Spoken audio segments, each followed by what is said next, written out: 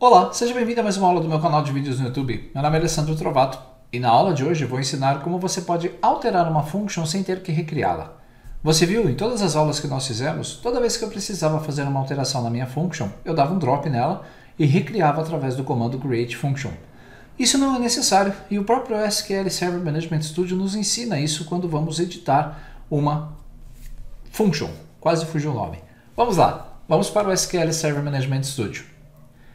Aqui eu tenho o meu SQL Server Management Studio e no meu banco de dados SQL_DB_1 eu tenho lá dentro das nossas tabelas e funções de programação as funções que eu acabei de criar.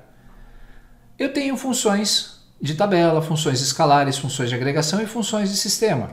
Funções de valor de tabela, você viu a função 5 que consulta dados pessoais e a função 4 que retorna situação de estoque. Muito bem.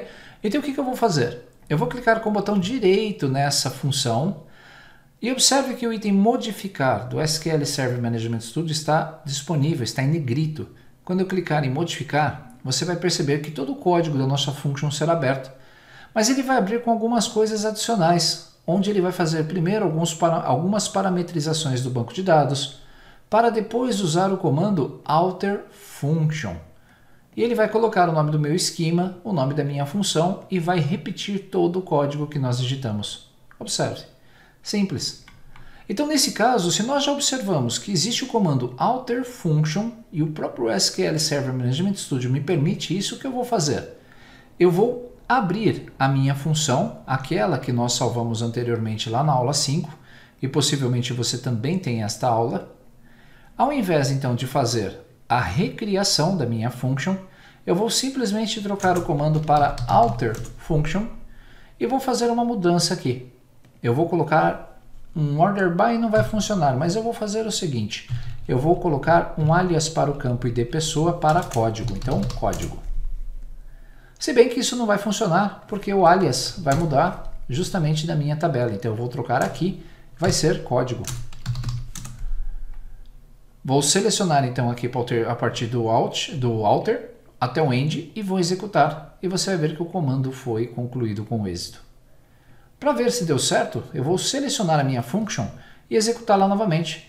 Então, ao invés do código de id pessoa, ele já está mostrando o código. Eu não precisei dropar a minha função para recriá-la.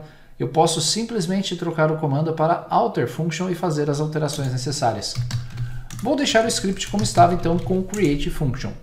Detalhe, se tentarmos criar uma função sobre uma anterior, observe, vai haver um erro. Ele vai dizer que já existe.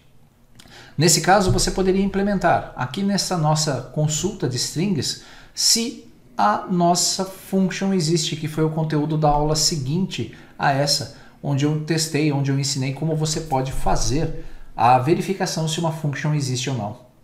Então perceba que o SQL Server é uma ferramenta muito completa, ele tem muitas opções para que você possa fazer tranquilamente as alterações nas suas functions, criar as functions.